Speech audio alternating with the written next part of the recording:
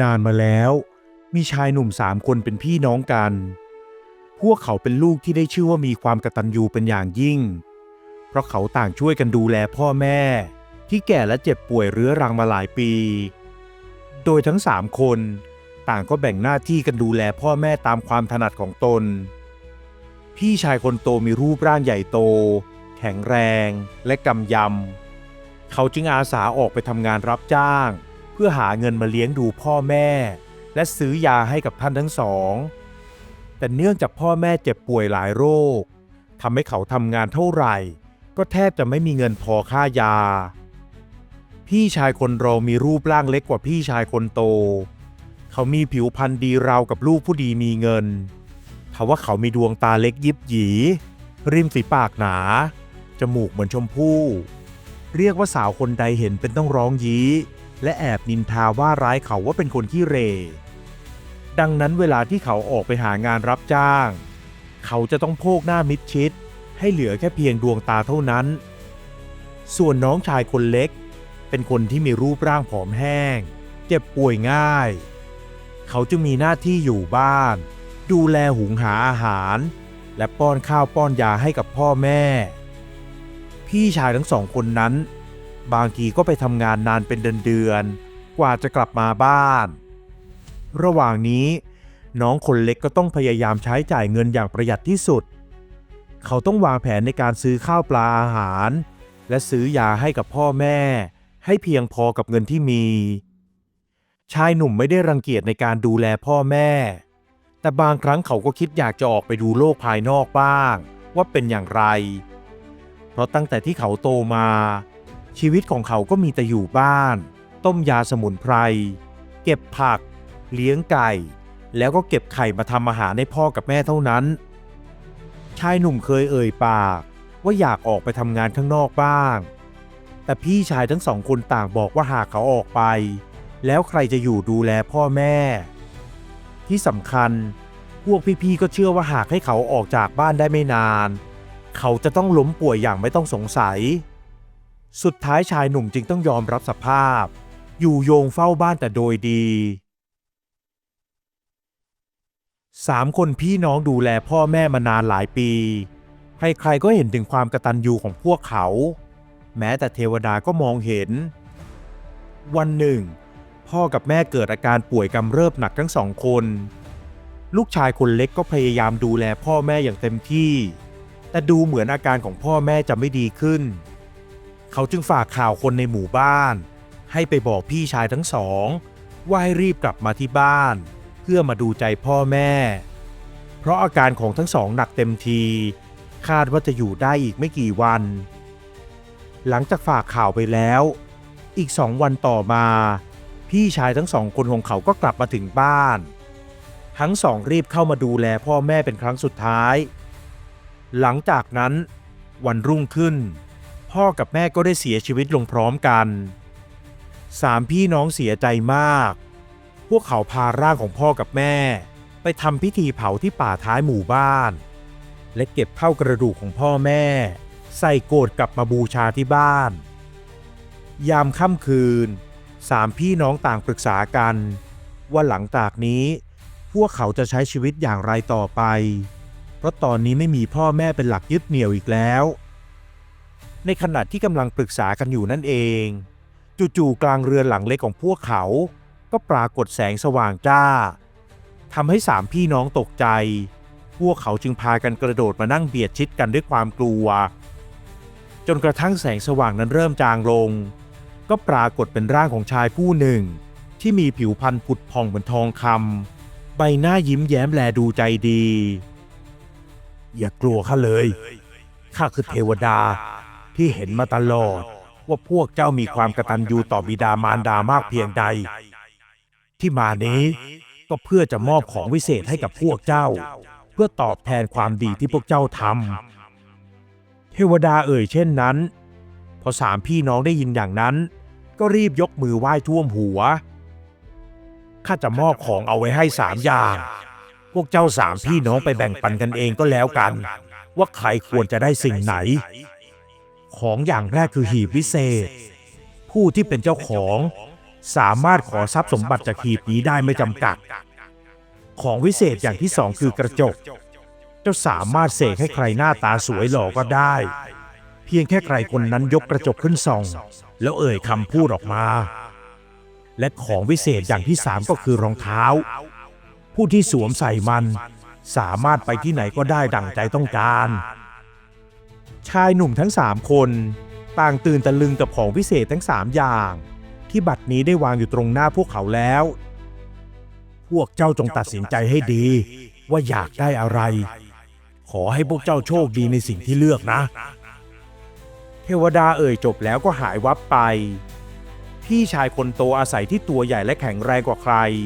กระโดดผุงทีเดียวไปถึงหีบสมบัติเขากอดหีบสมบัติเอาไว้อย่างหวงแหนปากก็ร้องตะโกนบอกน้องชายทั้งสองข้าเป็นพี่คนโตข้าทำงานหนักมากกว่าใครข้าจึงมีสิทธิ์เลือกก่อนเพราะฉะนั้นข้าขอเลือกหีบสมบัติหีบนี้พอได้ฟังคำของพี่ชาย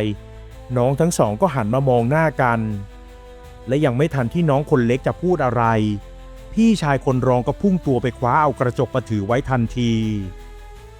แต่ไหนแต่ไรข้านั้นแสนอัปลักษณ์ไม่กล้าที่จะถอดผ้าคลุมหน้าเมื่ออยู่ต่อหน้าผู้ใดดังนั้นข้าขอถือสิทธิ์ครอบครองกระจกพิเศษอันนี้เมื่อพี่ชายคนโตกอดหีบสมบัติแน่นพี่คนรองก็คว้ากระจกมากอดไว้เช่นกันน้องชายคนเล็กจึงเอื้อมไปหยิบรองเท้าที่เหลือมาเป็นของตนเองข้าเป็นคนอ่อนแอขี้โรคไม่เคยได้ไปไหนไกลเรือนกับใครเขาบางทีรองเท้าวิเศษนี่อาจจะเหมาะกับข้าที่สุดแล้วเขาไม่ได้รู้สึกน้อยเนื้อต่ำใจเลยที่ไม่มีสิทธิ์เลือกตรงกันข้ามเขากลับรู้สึกดีเสียด้วยซ้ำที่ได้เป็นเจ้าของรองเท้าวิเศษคู่นี้เพราะเขาจะได้ออกไปดูโลกกว้างออกไปดูว่าข้างนอกมีอะไรน่าสนใจบ้างเมื่อตกลงกันได้แต่โดยดีไม่มีการทะเลาะกันพี่น้องทั้ง3ต่างก็แยกย้ายกันไปโดยนัดกันว่าทุกปีจะต้องกลับมาที่บ้านนี้เพื่อมาสอบถามสารทุกข์สุขดิบกันชายหนุ่มที่เป็นพี่คนโตเอาผ้าห่อหีบสมบัติแล้วก็ออกเดินทางไปก่อนใครเขาตั้งใจว่าจะไปตั้งตัวที่เมืองอื่นและเขาจะหาผู้หญิงมาแต่งงานให้ได้ด้วยก่อนหน้านี้เวลาที่เขาชอบพอผู้หญิงคนไหนพอผู้หญิงพาไปบ้านและพ่อแม่ของฝ่ายหญิงบอกว่าหากอยากแต่งงานก็จงนำสินสอดมาสู่ขอตามประเพณีซึ่งชายหนุ่มก็ต้องอกหักผิดหวังเพราะรู้ดีว่าตนไม่สามารถหาเงินมาเป็นค่าสินสอดได้อย่างแน่นอนด้วยเงินค่าจ้างทั้งหมดที่ได้ก็หมดไปกับค่ายาและค่าอาหารของพ่อกับแม่มีเหลือติดตัวไว้เพียงนิดหน่อยเท่านั้นดังนั้นเมื่อเขาไม่ต้องกังวลเรื่องเงินทองแล้ว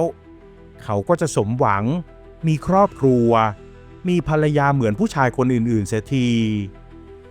ลูกชายคนโตเดินทางไปจนเกือบถึงเมืองใหญ่เขาวางหีบลงและเอ่ยขอกับหีบเจ้าหีบเอ๋ยเจ้าจงมอบทรัพย์สมบัติให้แก่ข้าขอให้ข้ามีเงินทองมากมายก่ายกองจนเต็มบ้านเมื่อเขาเอ่ยจบในหีบสมบัติก็มีทองคำจำนวนมากชายหนุ่มรีบนำทองนั้นไปซื้อที่ดินและจ้างคนมาปลูกบ้านหลังใหญ่โตจากนั้นเขาก็ไปสู่ขอลูกสาวเศรษฐีคนงามประจำเมืองมาเป็นภรรยาชีวิตของเขามีความสุขอย่างน่าอิจฉามีเงินทองใช้ไม่ขาดมือไม่ว่าภรรยาของเขาอยากได้อะไรเขาก็สามารถนำเงินมาซื้อให้เธอได้อย่างไม่ต้องกังวลส่วนลูกชายคนที่สองเขามีปมในใจมาตลอดว่าตนเองนั้นมีหน้าตาขี้ริ้วขี้เหร่แสนอัปลักษณ์หญิงคนใดเห็นต่างพากันสายหน้าและส่งเสียงเยาะเย้ยมาเมื่อเขาทำท่าทีสนใจพวกเธอดังนั้นเมื่อเขาจะออกจากบ้านเขาก็ยกกระจกวิเศษนั้นขึ้นมาแล้วเอ่ยกับกระจกเอ๋ยข้าขอพรจากเจ้าขอให้เจ้าบันดาลให้ข้ามีหน้าตาหล่อเหลาเกินกว่าชายคนใดบนโลกใบนี้ไม่ว่าหญิงคนใดได้เห็นเป็นต้องหลงรักข้าทุกคนทันใดนั้นก็เกิดควันออกมาจากกระจกล้อมรอบตัวเขาเมื่อควันจางลงชายหนุ่มก็มีหน้าตาหล่อเหลาเหมือนที่เขาได้เอ่ยขอเอาไว้ เมื่อประกอบเข้ากับผิวพรรณของเขาที่ดีอยู่แล้วก็ยิ่งทำให้เขาดูหล่อเหลาเหมือนเจ้าชายเลยทีเดียวชายหนุ่มส่องกระจกดูแล้วก็รู้สึกพึงพอใจเป็นอย่างมากจากนั้นก็เดินทางมุ่งหน้าเข้าสู่เมืองใหญ่ทันทีหลังจากพี่ชายเดินทางไปได้หลายวันแล้วน้องชายคนเล็กก็นั่งมองบ้านที่เขาเคยอยู่อาศัยมาตั้งแต่เด็กกับพ่อแม่และพี่ชายตอนนี้พ่อกับแม่ได้สิ้นไปแล้วและพี่ชายทั้งสองต่างก็ออกไปตามความฝันของตนเองชายหนุ่มรู้สึกคิดถึงความหลังแต่สุดท้ายเขาก็สูดลมหายใจแล้วเก็บเสื้อผ้ากับอาหารห่อใส่ย่ามขึ้นสะพายหลังสวมรองเท้าวิเศษคู่นั้นแล้วก็ก้าวลงจากเรือนไปเขายังไม่รู้ว่าจะไปที่ไหนเงินก็ไม่มีติดตัวมีเพียงเสื้อผ้าและอาหารนิดหน่อยพอประทังชีวิตชายหนุ่มเดินทางมาเรื่อยๆผ่านป่าเขาเมื่อหิวข้าวก็เอาอาหารออกมากินพอตกกลางคืนก็ปีนขึ้นต้นไม้สูงแล้วเขาก็อาศัยนอนอยู่บนนั้นพอเช้าก็ปีนต้นไม้ลงมาเพื่อออกเดินทางต่อพอเงินหมดก็ไปขอทำงานแลกข้าวเมื่อได้ยินว่ามีเมืองใหญ่สวยงามอยู่ที่ไหน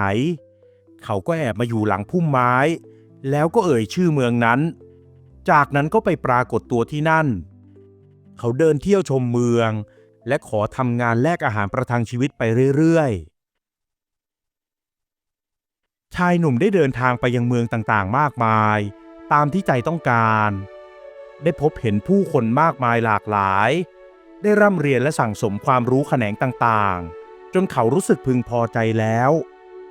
กระทั่งวันหนึ่งอาหารที่เขาได้ทำงานแลกมาจากเมืองล่าสุดที่เขาได้ไปเยือนใกล้จะหมดลงก็พอดีกับที่เขาเดินทางมาถึงเมืองใหญ่อีกเมืองหนึ่งในขณะที่กำลังคิดว่าจะมาทำมาหากินอะไรอยู่นั้นเขาก็เห็นคนกำลังมุงดูอะไรบางอย่างเมื่อเขาเดินเข้าไปใกล้ก็ได้ยินเสียงคนเป่าร้องว่าลูกสาวของเศรษฐีถูกโจรจับตัวไปเรียกค่าไถ่หากใครสามารถช่วยลูกสาวของท่านเศรษฐีออกมาได้จะมีรางวัลให้เป็นเงินทองจำนวนมากพอชายหนุ่มได้ยินดังนั้นก็เข้าไปอาสาข้าขออาสาทันทีที่เขาพูดจบก็มีแต่คนหันมามอง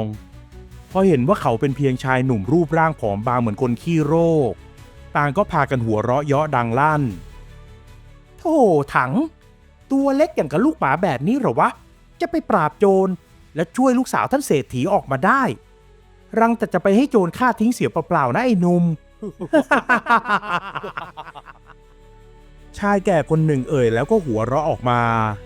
คนที่เหลือก็พากันหัวเราะตามชายหนุ่มไม่สนใจคำดูถูกนั้นแต่ได้บอกกับบ่าวไพร่ของเศรษฐี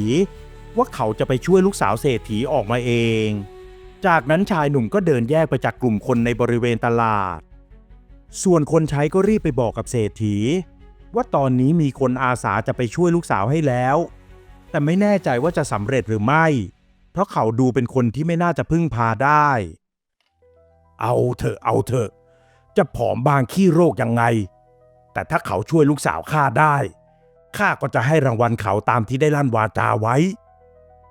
เศรษฐีว่าอย่างนั้นเพราะเป็นห่วงลูกสาวมากกว่าสิ่งใดไม่ว่าใครจะอาสามาช่วย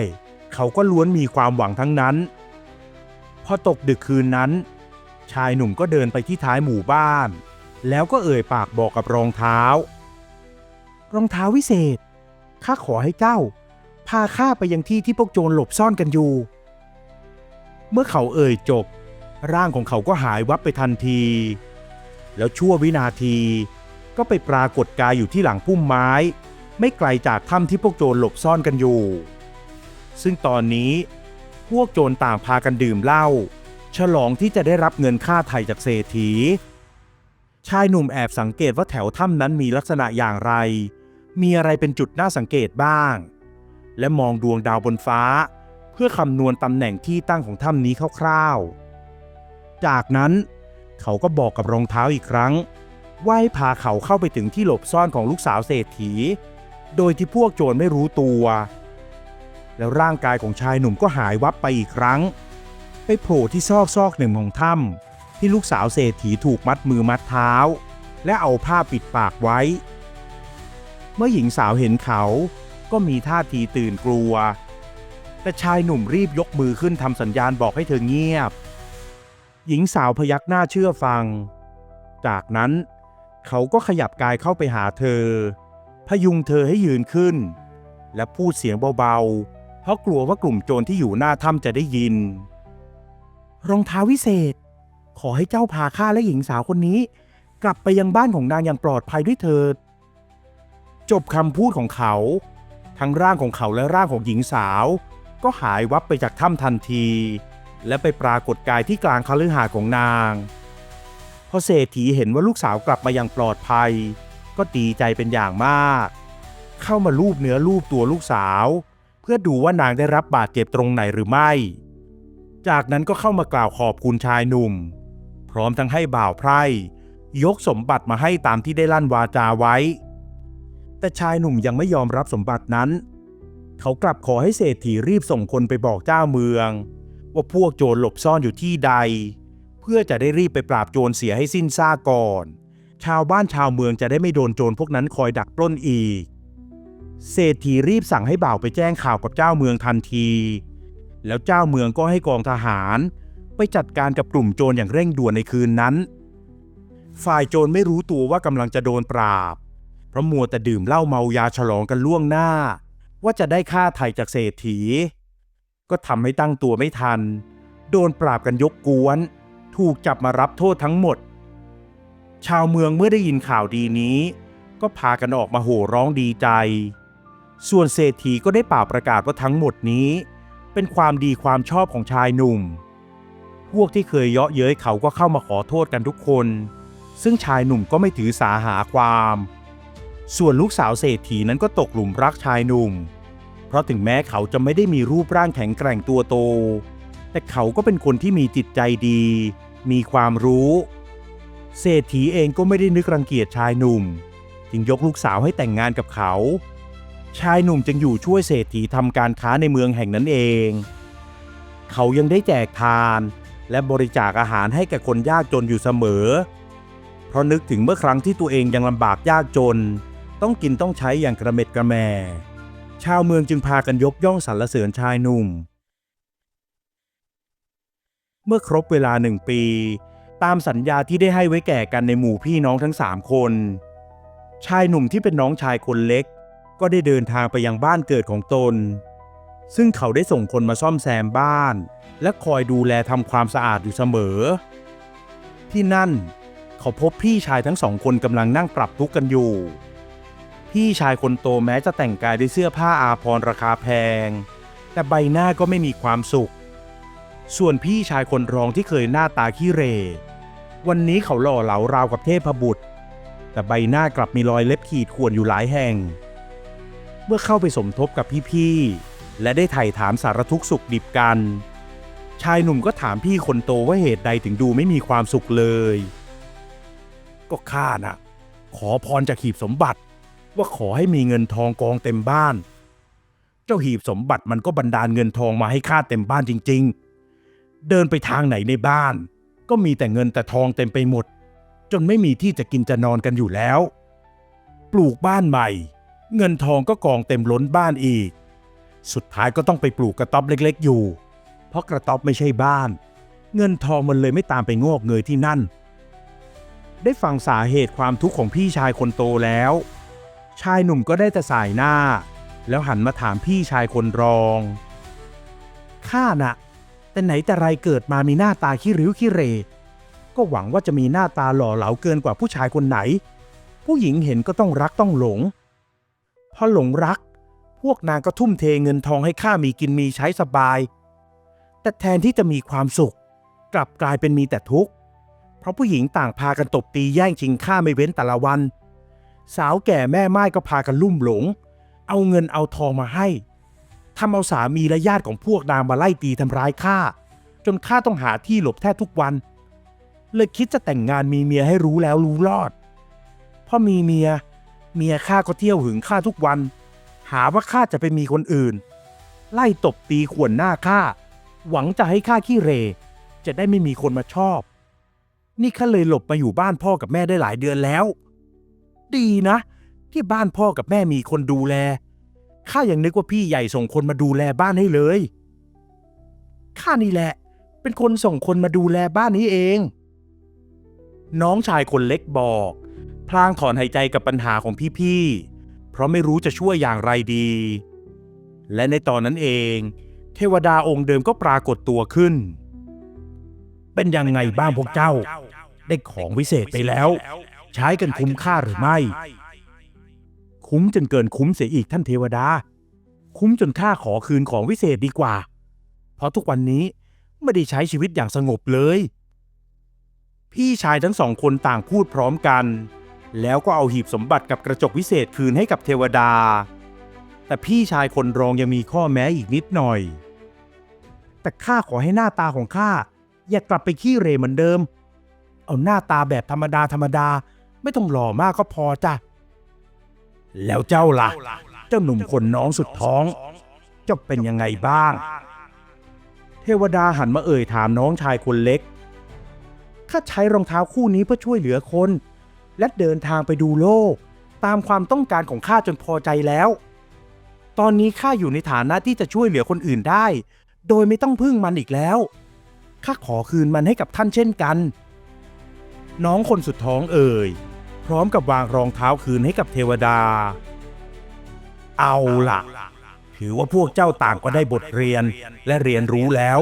ว่าจะใช้ของวิเศษอย่างไรถึงจะมีประโยชน์สูงสุดถ้าอย่างนั้นข้าก็ขอให้ชีวิตของพวกเจ้าต่อจากนี้จงมีแต่ความสงบสุขก็แล้วกันแล้วก็อย่าลืมช่วยเหลือคนที่เดือดร้อนหรืออ่อนแอกว่าเพราะยังไงเสียพวกเจ้าก็ยังมีมากกว่าคนอื่นของวิเศษอะไรก็ไม่วิเศษไปกว่าน้ำใจ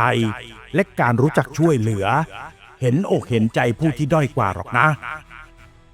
เทวดาสอนชายหนุ่มทั้ง3 คนจากนั้นก็หายตัวไป3 พี่น้องจึงตกลงพักค้างคืนที่บ้านของพ่อแม่ต่ออีก1 คืนเพื่อเล่าเรื่องราวชีวิตใน1 ปีของแต่ละคนจากนั้นวันรุ่งขึ้นก็แยกย้ายจากกันไปโดยมีสัญญาว่าจะมาพบกันที่บ้านพ่อแม่เหมือนเดิมทุกปีพี่ชายคนโตพอไม่มีหีบวิเศษสมบัติของเขาก็ไม่ได้งอกเงยออกมาอีกทำให้เขาไม่ต้องลำบากออกมาอยู่กระต๊อบเล็กๆอีกแล้วพี่คนรองหน้าตาของเขาไม่ได้หล่อเหลาราวกับเทพบุตรเหมือนเดิมเขามีหน้าตาธรรมดาที่ตอนแรกเมียเขาเกือบจำไม่ได้แต่พอเขาพูดถึงความลับที่มีเธอกับเขาเท่านั้นที่รู้เมียของเขาก็รู้ได้ในทันทีว่านี่คือสามีของนางและทั้งสองก็ใช้ชีวิตกันอย่างสงบสุขไม่ต้องมีเรื่องหึงหวงหวาดระแวงกันอีกน้องชายคนเล็กเดินทางกลับมาที่บ้านพ่อตาของเขาช่วยพ่อตาทำมาค้าขายจนกิจการค้าขายรุ่งเรืองมากขึ้นกว่าเดิมและยังหมั่นทำบุญบริจาคทานเหมือนเดิมทั้งเขาและภรรยาชื่อเสียงของเขาจึงเลื่องลือไปทั่วในฐานะเศรษฐีผู้ใจบุญ